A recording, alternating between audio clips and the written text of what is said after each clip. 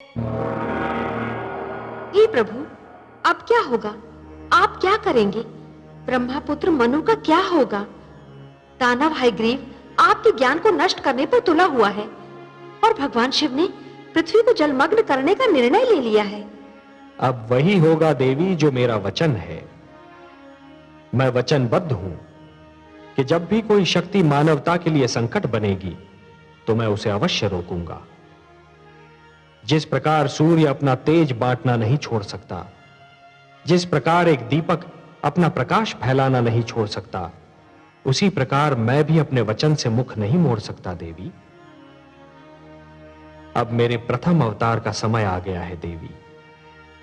मत्स्य अवतार, परित्राणाय साधूनाम विनाशाय च दुष्कृताम धर्म संस्थापनार्थाय संभवामि युगे युगे। मत्स्य अवतार? हां देवी, मैं मत्स्य का रूप धारण करके पृथ्वीलोक पर जाऊंगा। आप पृथ्वीलोक जाएंगे? हाँ महादेवी। और मेरा क्या होगा? जब से आपने मेरी रचना की है, मैं आपके बिना एक पल भी नहीं रही हूं। आप ही तो कहते हैं कि मैं आपकी अर्धांगिनी हूं। आपकी बाएं भुजा में मेरा वास है। वामांगी हूं मैं आपकी, और आप मुझे ही छोड़कर जाने की बात कर रहे हैं। हे कमल नयन, मुझ पर दया कीजिए। एक क्षण भी मैं आपसे दूर नहीं रह सकती। हे सर्वश्रेष्ठ, हे नारायण, आपकी लक्ष्मी आपसे दूर नहीं रह पाएगी। दूर तो मैं भी नहीं रह सकता आपसे महादेवी। अपना विष्णु रूप पाते ही मैंने आपकी रचना की थी, तो मैं आपसे दूर कैसे रह सकता हूं? भला पुष्प से सुगंध और सागर से लहर दूर रह सकती है? हमारे एकाकार होने का समय आ गया है देवी।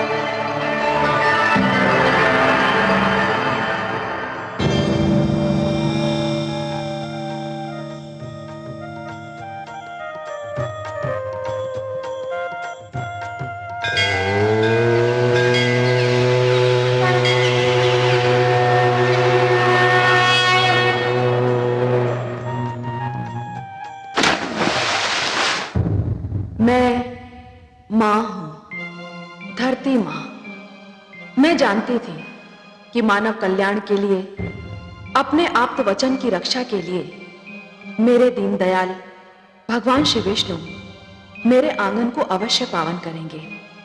और यही हुआ। वासुदेव ने मछली का रूप धारण करके अपना पहला अवतार लिया, किंतु दो समस्याएं थीं। पहली ये कि ब्रह्मा के परामर्श पर भगवान शिव ने धरती को जलमग्न करने का निर्णय कर लिया, और दूसरी ये कि ब्रह्मापुत्र मनु ने मानव की रक्षा की ठान ली थी। मनु वृद्ध हो चुके थे, पर उनके मन में मानव कल्याण की रक्षा की इच्छा अब भी प्रबल थी। उन्होंने आमरण व्रत कर रखा था। उनकी पत्नी शत्रुपा को ब्रह्मा का आशीर्वाद था कि समय उनके यौवन को कभी प्रभावित नहीं करेगा। वो अब भी युवती थी, किंतु एक सती की भांति अपने पति की सेवा में तत्पर थी।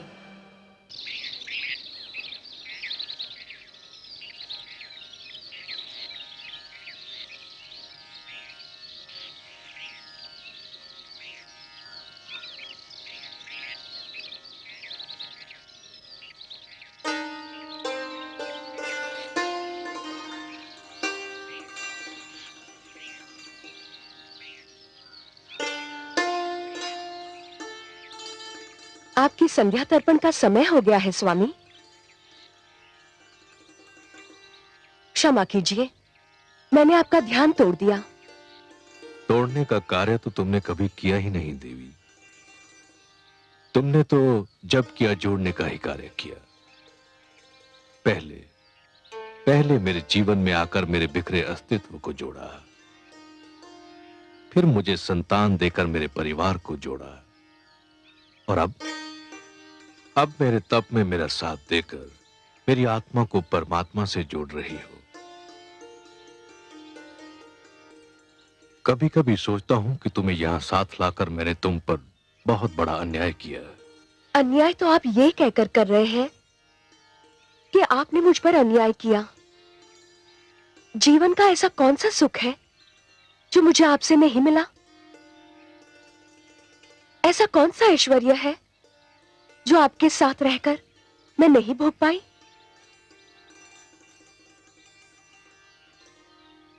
मैं बहुत ही स्वार्थी कहलाती यदि मैं आपसे केवल सुख पाती रहती, आपके दुख और आपके कष्ट की भागीदार न बनती। पिता श्री ब्रह्मा ने हमको उत्पन्न करते समय भी तो यही कहा था कि हम दो शरीर किंतु एक प्राण है।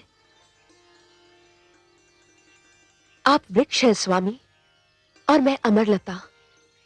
आपके सहारे के बिना तो मैं खड़ी भी नहीं रह सकती। तुमने जिस प्रकार सतीत्व के धर्म का पालन किया है, उसी से प्रसन्न होकर पिता श्री ब्रह्मा ने तुमको वरदान दिया कि तुम सदैव वैसी की वैसी रहोगी जैसी पिताश्री ने तुम्हें उत्पन्न किया था। तुम्हारी आयु आती जाती ऋतुओं और बीते समय से कदापि प्रभावित नहीं होगी। आपके मुख पर आपकी तपस्या, आपके निश्चय और आपकी कल्याणकारी प्रवृत्ति का तेज है स्वामी। मानव जाति के कल्याण के लिए आप आमरण व्रत कर रहे हैं। मानव जाति को बचाने के लिए आप तपस्या कर रहे हैं स्वामी। तुम भी तो मेरी भांति केवल जल का सेवन कर रही हो देवी। तुमने ये व्रत क्यों रखा है? मैं अपने सुहाग की रक्षा के लिए व्रत कर रही हूं। अब उठिए, सूर्यास्त का समय हो गया है।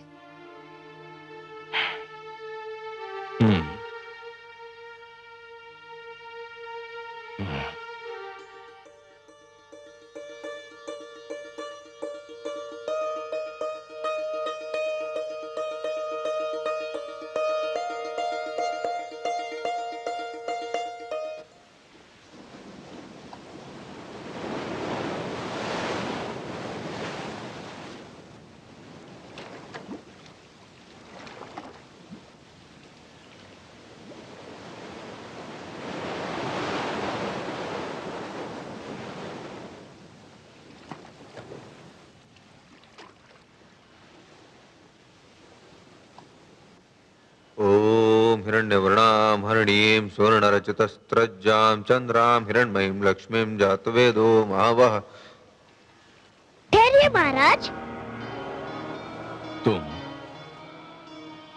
क्या मैंने अभी तुम्हारी वाणी सुनी थी? हाँ महाराज, मैंने ही विनती की थी कि मुझे जल में न छोड़िए। किंतु क्यों? तुम तो जलचर हो। तुम्हारा तो जीवन ही जल के बिना संभव नहीं। ये सत्य है महाराज, परंतु जल में भी मेरा जीवन संभव नहीं। क्यों? क्या कष्ट है तुम्हें? आप जहाँ मुझे छोड़ने जा रहे हैं, वहाँ बड़ा मत्स्य छोटी मत्स्य को निगल जाता है। मैं वहाँ सुरक्षित नहीं रह पाऊंगा। मुझ पर दया करें। तो फिर तुम्हें कहाँ रखूं जहाँ तुम सुरक्षित रह सको? मुझे अपने कमंडल में रख लीजिए महाराज। आपके जल भरे कमंडल में मुझे कोई भय नहीं होगा। यदि तुम ऐसा समझते हो तो मुझे कोई आपत्ति नहीं।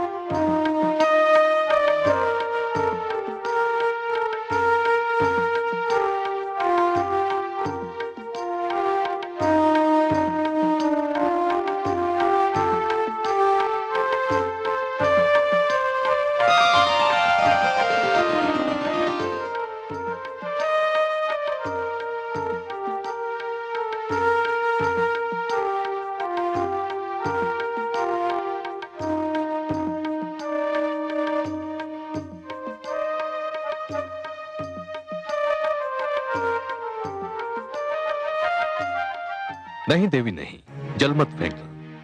क्यों स्वामी? कमंडल में एक मत्स्य है, मैंने उससे जीवन रक्षा का वचन दिया है। ये तो छोटी सी मछली है। यह आपने बहुत अच्छा किया जो मुझे बता दिया, नहीं तो इसके प्राण चले जाते।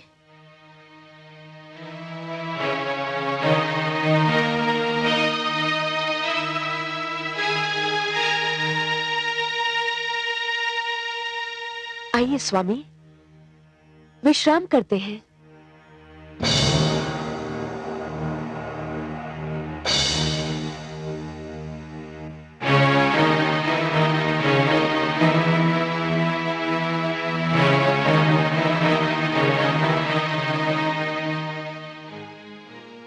हे दानवराज, आप हमें मुक्त कर दीजिए। आपने हमें छोड़ दिया तो भगवान विष्णु आपसे बहुत प्रसन्न होंगे। मुझे तुम्हारे विष्णु की कृपा नहीं चाहिए। चुपचाप अपने स्थान पर बैठे रहो, नहीं तो कड़ा दंड दूंगा।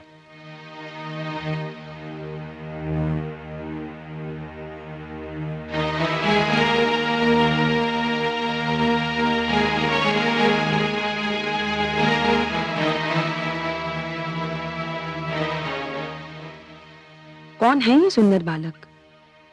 इन्हें किसने बंदी बनाया है? हम भगवान विष्णु के आप्त वचन माता दानव हयग्रीव हमारा अपहरण करके हमें यहाँ ले आया है। छोड़ दो इन्हें। मुझे खेद है माता, मैं आपके आदेश का पालन नहीं कर सकता। क्यों? क्यों नहीं कर सकते मेरे आदेश का पालन? ये चारों दानवराज हयग्रीव के बंदी हैं और उनका आदेश है कि इन्हें ना छोड़ा जाए। माते,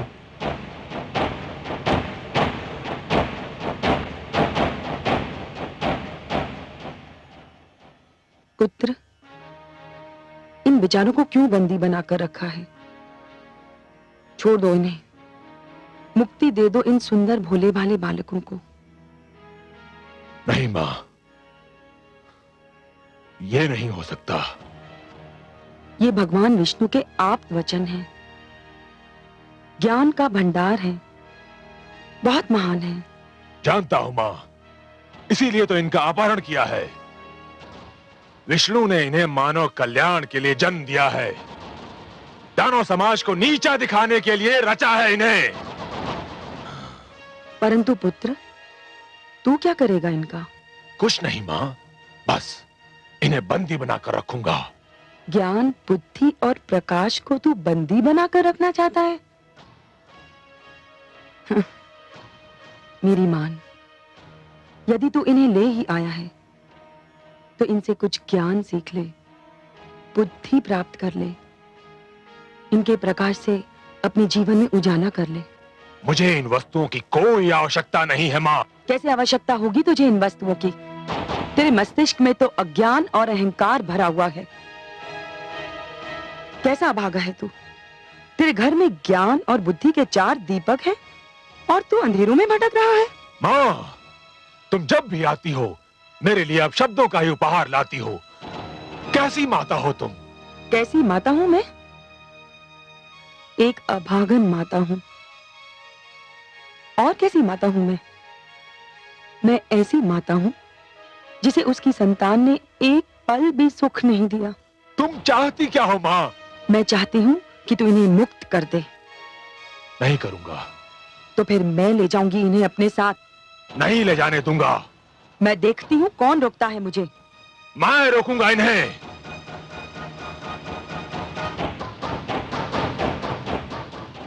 देखती हूँ तू कैसे रोकता है। आओ बालकों। नहीं। हट जा तू मेरे बीच से। मां, तुम चली जाओ यहां से। नहीं जाऊंगी।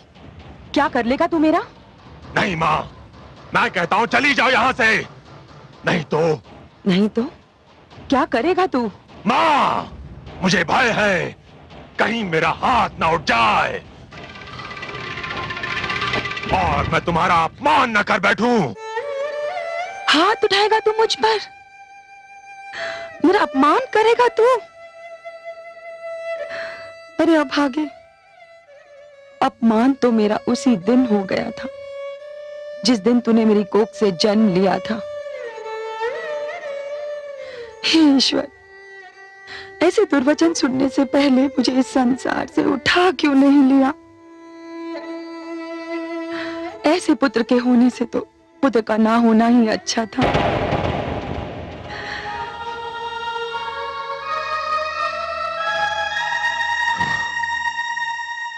अब तुमने यदि किसी से सहायता मांगी अथवा मांगने की चेष्टा की तो मैं तुम सबको नष्ट कर दूंगा।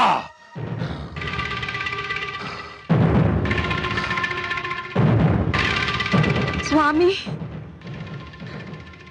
स्वामी, स्वामी,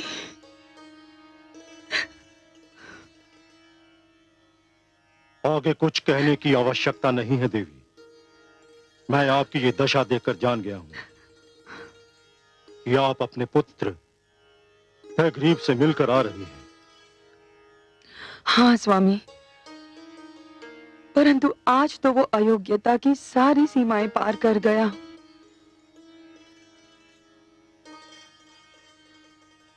जो किसी सीमा को मानता ही ना हो उस पर यह दोष लगाना ही व्यर्थ है कि वो अयोग्यताओं की सारी सीमाएं पार कर गया। फिर भी क्या किया है उसने? उसने भगवान विष्णु के आप्त वचन 4 वेदों को बंदी बनाकर रखा है। मैंने उन्हें मुक्त कराना चाहा तो उसने मुझ पर हाथ उठाने की धमकी दे डाली। मन में तो आया कि उसे शाप ही दे दूं। तो फिर दे दिया होता। शरीर का जो भाग सड़ जाए उसे काट कर फेंक देना ही उचित होता है। कैसे देती स्वामी? मैं मां हूं, भले एक कुपुत्र की मां सही, परंतु आज मुझे एक बात का ज्ञान अवश्य हुआ है कि कभी कभी मातृत्व भी लज्जा का कारण बन जाता है। आज पहली बार मैं बहुत लज्जित हूं कि मैं ऐसे पुत्र की मां हूं। मैं उसे अपनी कोख से जन्म देकर पछता रही हूं। पश्चाताप, पश्चाताप यदि भूल का मूल्य चुका सकता तो विश्वास करो मैं आपके पश्चाताप के साथ अपना पश्चाताप भी जोड़ देता। परंतु जिस प्रकार वर्षा ऋतु बीत जाने पर बीज बोने से कोई लाभ नहीं, उसी प्रकार हमारा पश्चाताप करना भी व्यर्थ है। कैसी अभागन हूं मैं। जानती हूं हयग्रीव के इस दुष्कर्म का क्या परिणाम होगा, फिर भी कुछ नहीं कर सकती। कुछ नहीं, कुछ नहीं। शांत हो जाइए। सब कुछ भगवान विष्णु पर छोड़ दीजिए। वो जो भी करेंगे उचित ही होगा, न्याय के अनुकूल होगा। शांत हो जाइए।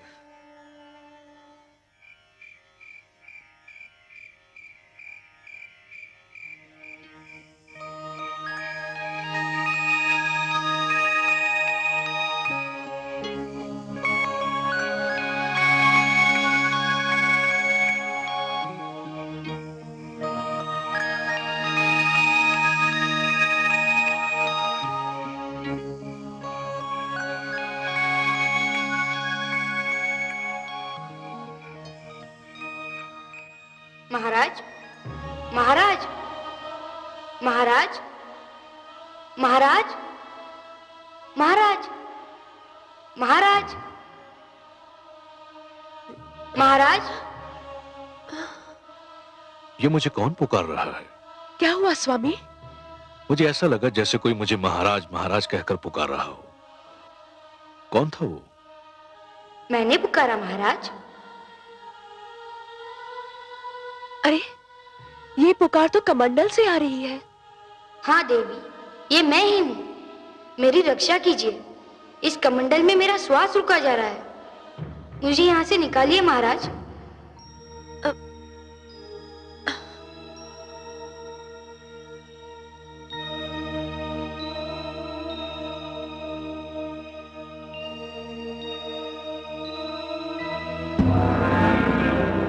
अरे, मत्स्य का आकार तो कमंडल के बराबर हो गया है।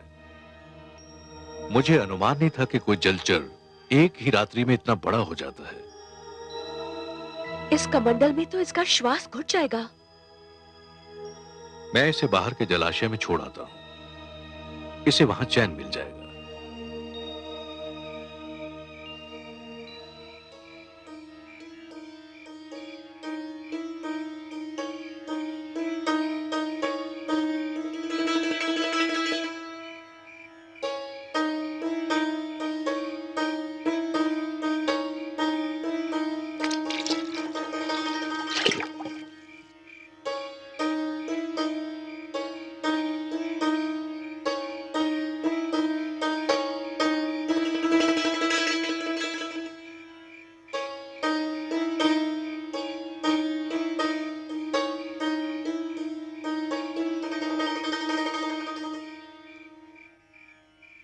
महाराज, महाराज,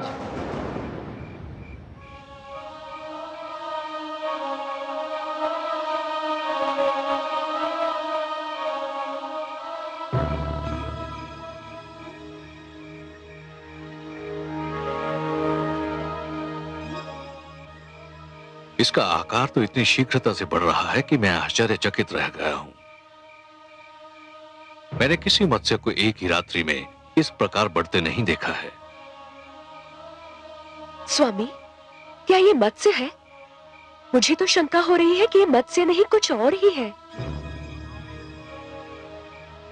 अरे कुछ नहीं है देवी, संसार में ऐसे चमत्कार तो होते ही रहते हैं। यह भी ईश्वर का कोई चमत्कार होगा। आप चिंता मत कीजिए। तो अब आप इसे कहां ले जाएंगे?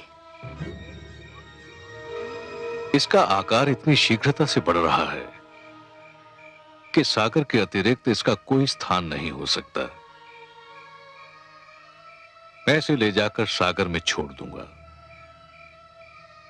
अब इसे किसी बड़े मत्स्य या जीव जंतु का भय नहीं है।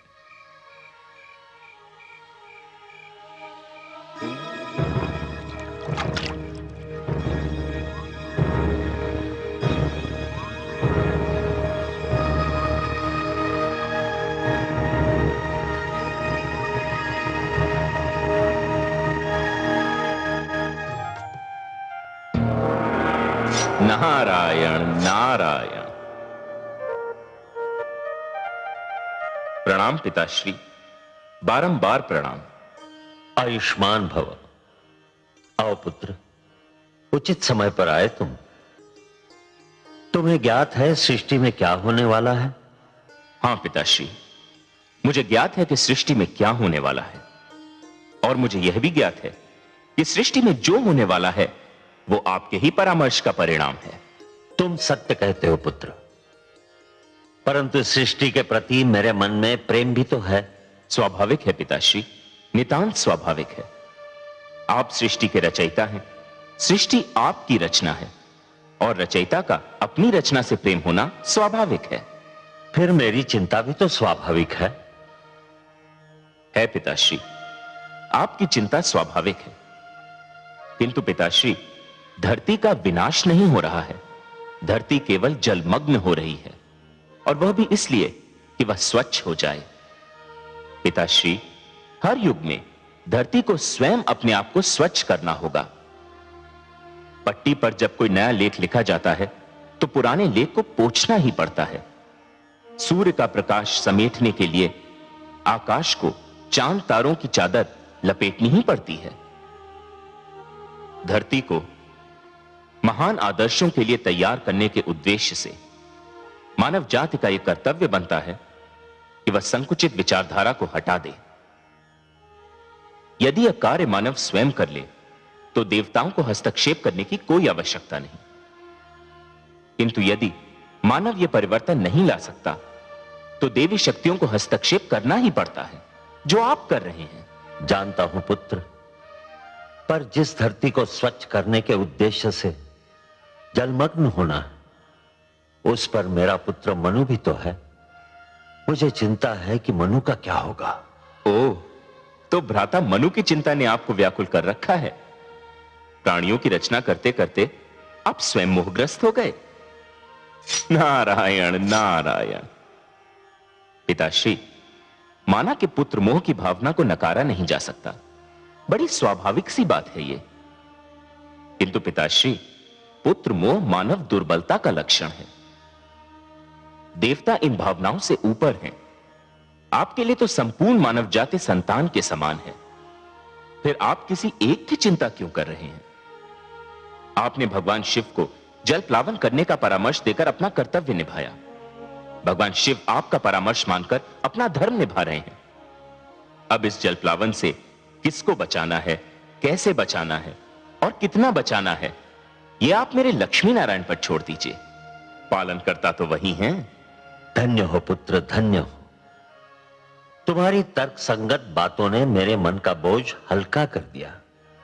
यह सत्य है कि अंधकार कितना भी घना क्यों न हो, एक नन्हा सा दीपक उसे दूर करने के लिए पर्याप्त है।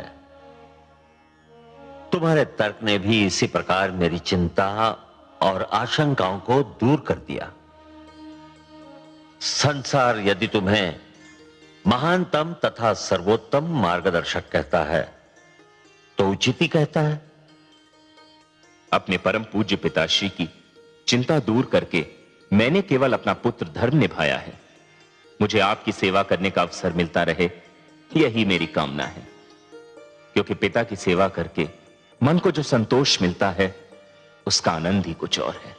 नारायण नारायण।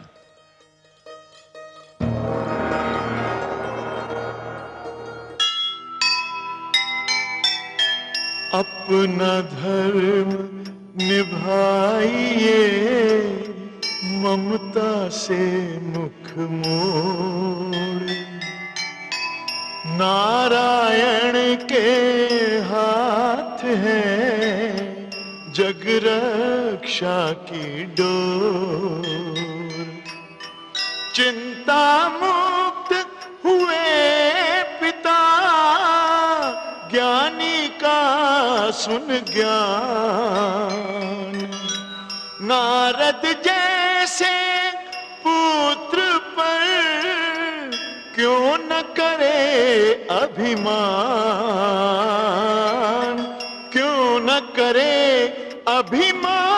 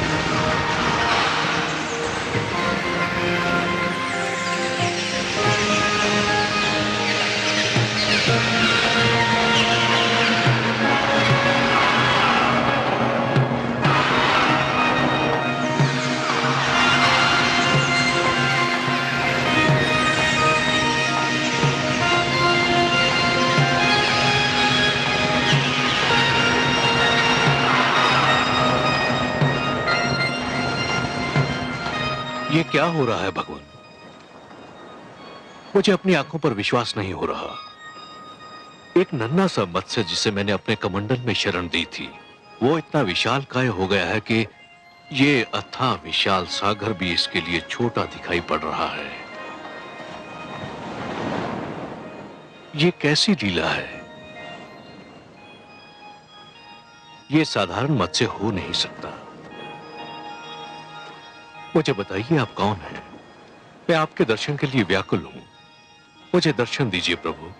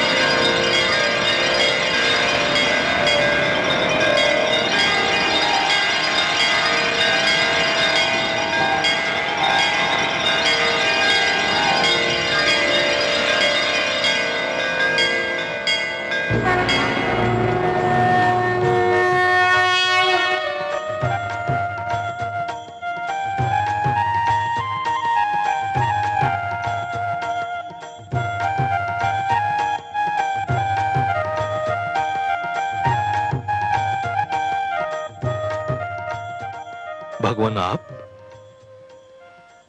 हे जगदीश्वर, हे जनार्दन, हे सर्वेश्वर, ये आप हैं प्रभु। मेरे सौभाग्यशाली नेत्रों को आपके दर्शन हो रहे हैं। हाँ मनु, ये मैं ही हूं। आपके अतिरिक्त और कौन हो सकता था हे पद्मनाभ? ये लीला तो केवल आप ही दिखा सकते हैं कि सिमटे तो मानव की अंजुरी में समा जाएं और फैलें तो धरती और आकाश को भी ढक लें। आप मेरी अंजुरी में ठहरे, मेरी कुटिया में रहे। मैं किन शब्दों में आपको धन्यवाद दूं? हे सर्वश्रेष्ठ, आप महान हैं। मैं अपने भाग्य पर जितना भी गर्व करूं कम है। आपको कोटि कोटि प्रणाम हे लक्ष्मी नारायण।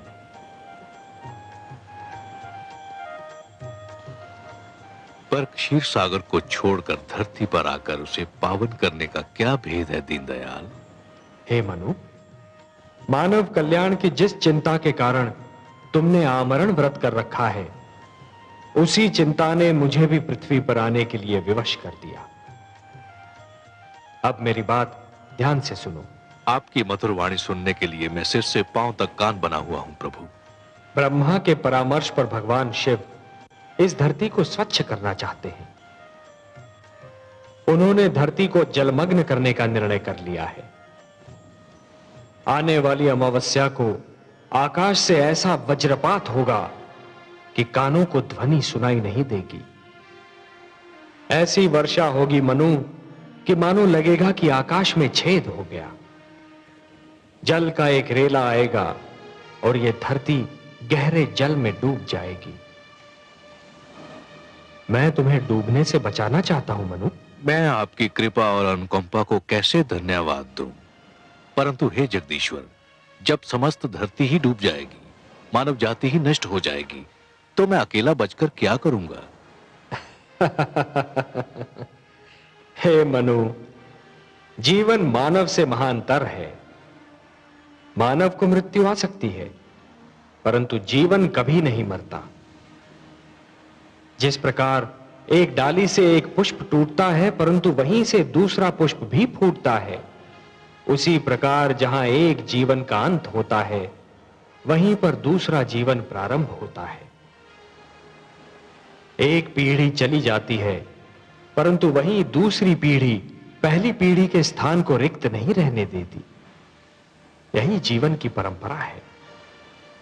तुम इसी परंपरा को अक्षुण्ण रखोगे, तुम इसी परंपरा को जीवित रखोगे। यही मेरा उद्देश्य है। आपके आदेश का पालन तो मेरा परम धर्म है प्रभु।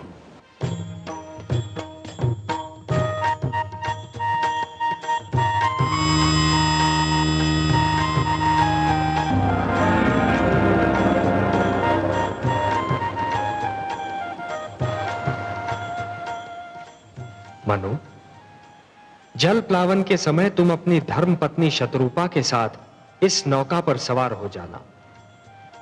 अपने अतिरिक्त इस नौका पर समस्त पशु पक्षियों का एक एक जोड़ा और उन सारे पौधों के बीज भी रख लेना जिन्हें तुम आवश्यक समझते हो। मैं मत्स्य के रूप में आऊंगा।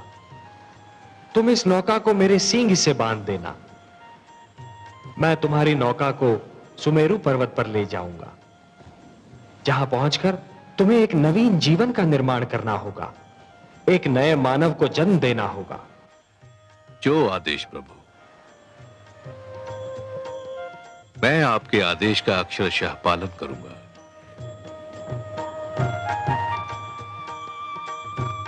तथास्तु।